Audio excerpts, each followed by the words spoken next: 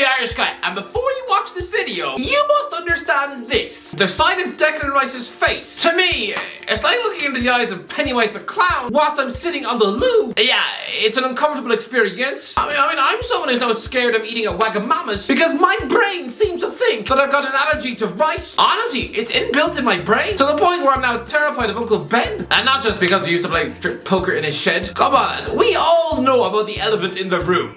And no, I'm not filming in Susan Boyle's house. No, everybody will understand why me, the Irish guy, would despise Declan Rice. He is someone who showed my national flag less respect than he would give a chunk of toilet paper stuck to the bottom of his shoe. This guy played 3 times for not just the under-18s or under-19s. No, the senior Ireland team. And nobody ever mentions it ever again. Honestly, you'd swear he'd stuffed his mum in a suitcase and buried her at sea. Lads, Gary Neville had Rice on the overlap, discussing his career and covering every minute detail. Isn't that the point of the overlap? To even talk about the uncomfortable topics? Lads, Neville was asking a clearly uncomfortable Jared Piqué why he hadn't married Shakira yet. Yeah, I mean, he probably wouldn't have stopped badgering him until Piqué showed him the Tinder app downloaded on his phone. But did he ask Rice about his actual Ireland career? Is it ever brought up on Sky? No. If Jeff Shreves or Tubes ever dares to remind Rice about that game against the French, Declan's agent will probably threaten to squirt breast milk from a cow in his eye. Ireland is Rice's dirty little secret. I feel like how Wayne Rooney's wife probably chooses not to bring up his affairs when they're out to dinner at Pizza Hut. But lads, the evidence is there. This is your English boy wonder playing against Turkey in a back 5 with Shane Duffy and Kevin Long. Can I spell? Did you actually really need 3 centre halves to try and deal with Cenk Tosun? That guy was about as flexible as Barney the dinosaur.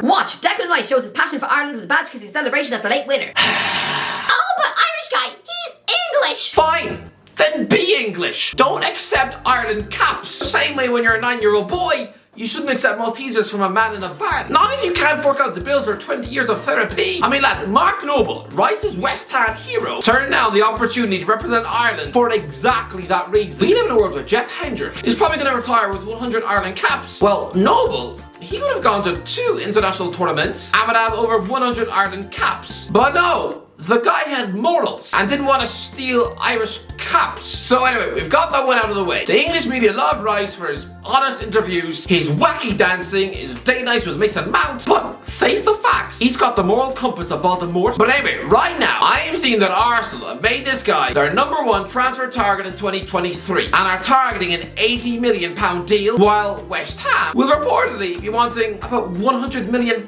And to me, listen, maybe I'm biased and I'm blinded by the fact that I'd love to shove rotten seaweed up his nose, but to me, that sort of money is ludicrous. But quick interruption to let you know that this video is sponsored by Top 11. I mean, pretty simple this. It's a free-to-play football management mobile game for iOS, Android, Huawei, and web browser, where you can run every aspect of your football club from the ground up. Let's hope you're good at it and you don't expose yourself for having the brains of an egg milkshake. Honestly, who'd have an egg milkshake? Lad, the top 11 ambassadors are the likes of Xabi Alonso and, you guessed it, Jose Mourinho. Jose, please give me a hug. And just as I say that, you know the guy with the daily Mourinho updates has already left a comment. Lads, the game runs in full 3D, meaning that I can see my insane tactics come alive on screen, making me look like a modern day Mourinho. Even though most of you think I'm not even as clever as this moldy sock, Top 11 is a bit like Tiger Woods' hand, as it allows you to have full control over your club. I can control what the kits look like. I can update my stadium and training facilities. There is a 24/7 live transfer market. So yeah, you could be sticking in bids for Chris Wood at 4 AM. I mean, if your mum doesn't shut off the Wi-Fi, to be fair, her son wanting to buy Chris Wood, she'll probably phone the police. Lad, you can play against other managers from around the world, form a league with your friends, hit the link in the description below,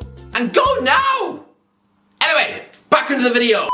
Everyone seems to think he's a modern day Brian Robson. He is not as good as you all think. I mean, Michael Carrick would stick his career in a body bag, and he's just some unfashionable guy who coaches Middlesbrough. Nobody really gave him the star quality that they should have, and he was another former West Ham. The difference is though, when he left the Hammers, he left for £2 million. Lads, Mikel Arteta himself was a better player than Rice. And yes, the FA actually tried to put him in the England team too. Rice's contract is up in the summer of 2024. Next year, the guy gets to leave West Ham for free. West Ham charging £100 million is scandalous. But I mean, not even that. Even Arsenal valuing him at 75 million plus for somebody who in a year's time will literally cost less than a bacon breakfast roll. Lads, I remember when Nigel de Jong's contract at Hamburg was due to expire in the summer of 2009. Man City could have easily waited another 6 months and then picked him up for, I don't know, less than the cost of a tennis ball. No, they chose to instead pay £17 million instead. And I thought that was lunacy. Like driving a car while shoving mashed banana in your eye. Listen, I know this has happened before. Back in the summer of 2019, Real Madrid paid Chelsea £100 million to sign Eden Hazard when his contract was going to be up in 2020 anyway. But at least I could understand it at the time. Yes, I mean, in hindsight, since that move to Spain, Hazard has honestly just looked like a chubby fruit cake. Honestly, it's like watching James Corden in a Real Madrid shirt. But he was a genuinely world-class name off the back of a season where he just scored 21 goals and assisted 17 for Chelsea. And it helps that just a few weeks earlier, he'd scored an insane Premier League wonder goal that went viral. Ironically, against West Ham, where he danced around Rice as if his feet were made of cheese. I can make my peace with Madrid, paying £100 million for a 4-time Chelsea Player of the Year. I mean, lads, the previous summer, nobody will remember this, but he was actually given the silver ball at the 2018 World Cup. After Luka Modric, who was already at the Bernabeu, Hazard was officially the best player at that tournament. And ahead of anyone from France, Mbappe didn't even make the top 3. But Rice, if the season were to finish now, he would be employed by a team who would be in the same division as Rotherham, Plymouth and Coventry. He's lost 6 of his last 7 games, mostly as all of the midfield impact of a coffee-stained tea towel. I'm telling you, Rice is nothing special at all. £80 million for a guy with 1 year left in his deal. Oh, my head hurts. The guy is a number 6, a defensive midfielder. Well, Arsenal have already got one of those, and Thomas Partey is a better player. It's just he wasn't born in the same city as Oliver Twist, so the guy doesn't get the British hype in the papers. Yes, it helps Rice and his image that he sounds like he belongs in The Only Way is Essex or Only Fools and Horses. Give it 2 years, you just know he's going to be getting invited on Top Gear and given slots on Celebrity Juice. Yeah, I mean, Partey by comparison probably won't even be allowed into a 5-star nightclub. Although, to be fair, that might be for a different reason. Listen, I promise you, if Rice was not a homegrown Londoner and instead was just a scruffy £10 million buy from Sweden, nobody will be salivating over his fees. A £100 million move would make Rice the joint 6th most expensive footballer of all time, with Jack Grealish. Another guy who used the Ireland badge as nothing more than just a flex on Instagram when he was a 17-year-old boy. Lads, I can't live in a world where Ireland have missed out on not 1, but 2 £100 million stars. That can't be. That really cannot be. 1, I can just about make my peace with, but 2, while we're stuck with Alan Brown in midfield, £100 million. That's the price of 2 Zidanes. Both Grealish and Rice's transfer fees would cost more than all of Ronaldo's transfers put together. And we had both of them in the FAI. Listen, I'm not blind, okay? I don't have cauliflower in my eyes. I know he's a good player. He's decent in the tackle, he's a good ball carrier, and has a decent range of passing. But people seem to think that he could be a number 8. A modern day Stevie G? What? The guy with 7 Premier League goals to his name? Listen, I mean, this guy was childhood mates with Mason Mount. To me, Mount is the more talented one. I know, okay, listen to the Chelsea fans, and they would make you think that this guy is no better than Shaun the Sheep, that he's just an inconsistent furball who's better suited to working in Carphone Warehouse, but no, he's a Champions League winner. Put some respect on his name. To me, he could be molded into a quality number 8 in midfield, but Rice is a stiff fridge freezer who belongs in defensive midfield. Honestly, he's just a Fellaini who can run. He can play in midfield or in a back 3. He's a better Eric Dyer. But don't forget, 5 years ago was linked with a £50 million move to Old Trafford. Arsenal, for what they are now, is too big a jump. I mean, this guy is talking about wanting to win every trophy in his career. Nah, yeah, this guy who clearly envies Mount's Champions League win and thinks that he can do the same. No, he's a modern day Scott Parker. And yes, he did briefly captain England for a game, but his ceiling was Tottenham, finishing 4th and 5th. That was it. I mean, like Rice, he was also a Chelsea reject who played for West Ham. There was no Premier League glory,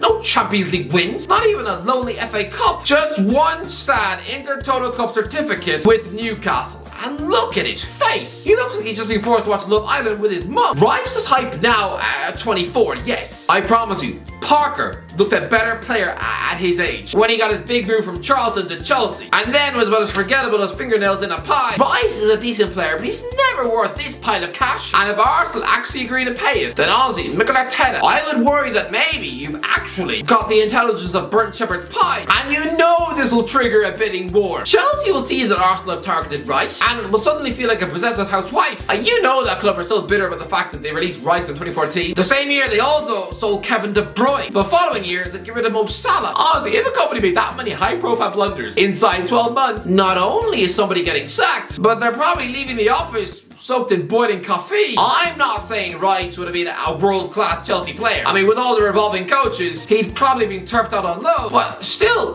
they could have sold him on for a fat profit instead of just dumping him as a teenage boy. But anyway, you know when Chelsea were sniffing around Paul Pogba while he was at Juventus the first time around? I'm guessing the board at Manchester United probably read those morning reports and puked into their Cocoa Pops. I mean, it's been like a territorial ex-wife who hates seeing the neighbours asking her ex-husband out on a date. I mean, isn't that just the whole plot of Desperate Housewives? I'm half convinced Man United only brought Pogba back just so nobody else could have him in the Premier League. And similarly, instead of focusing on promoting the likes of Conor Gallagher or Carney Chukwuemeka, you just know Todd Bowley is going to order the club to stick in fat bits for Rice just so they don't lose face. And I mean, this is brilliant news for West Ham, because if two massive clubs get involved in a bidding war for an England international, I can see something stupid happening, like Rice being sold for £120 million when he's available on a free in 2024. And I'm sorry, but if that happens, then it's official. The Premier League is broke. And if he does wind up at Stamford Bridge, you know they're going to try and handcuff him to the canteen fridge. He'll probably be offered an actual 9-year deal, and we don't know how Rice will do at a massive club with huge expectations. I mean, sure, he overperforms when the objective is to finish 12th. Sure, he looks like a superstar playing for David Moyes in the Conference League, and he looks like a baller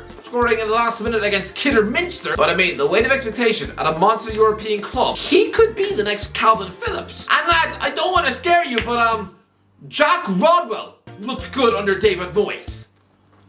Where is he now? Oh yes, playing in the Australian League. And if Chelsea have contacted Rice to the club until 2034, then I mean, this might just be Rice's revenge. It honestly just sounds like the title of a Tarantino film. But yeah, after dumping him as a child, so now I'll be able to force him to pay him £200,000 a week for practically a decade, no matter if he plays every week like a constipated swan, that might actually be the first thing Rice does that I might actually respect. But yeah, the truth of the matter is that Rice is not worth this amount of cash. Anyway, that's what. Let me know what do you think, right? Let me know what's Declan Rice gonna do? Let me know, is he worth it, is he not? Let me know in the comments section below. If you enjoyed the video, don't forget to like, subscribe. As always, I'll talk to you in a while.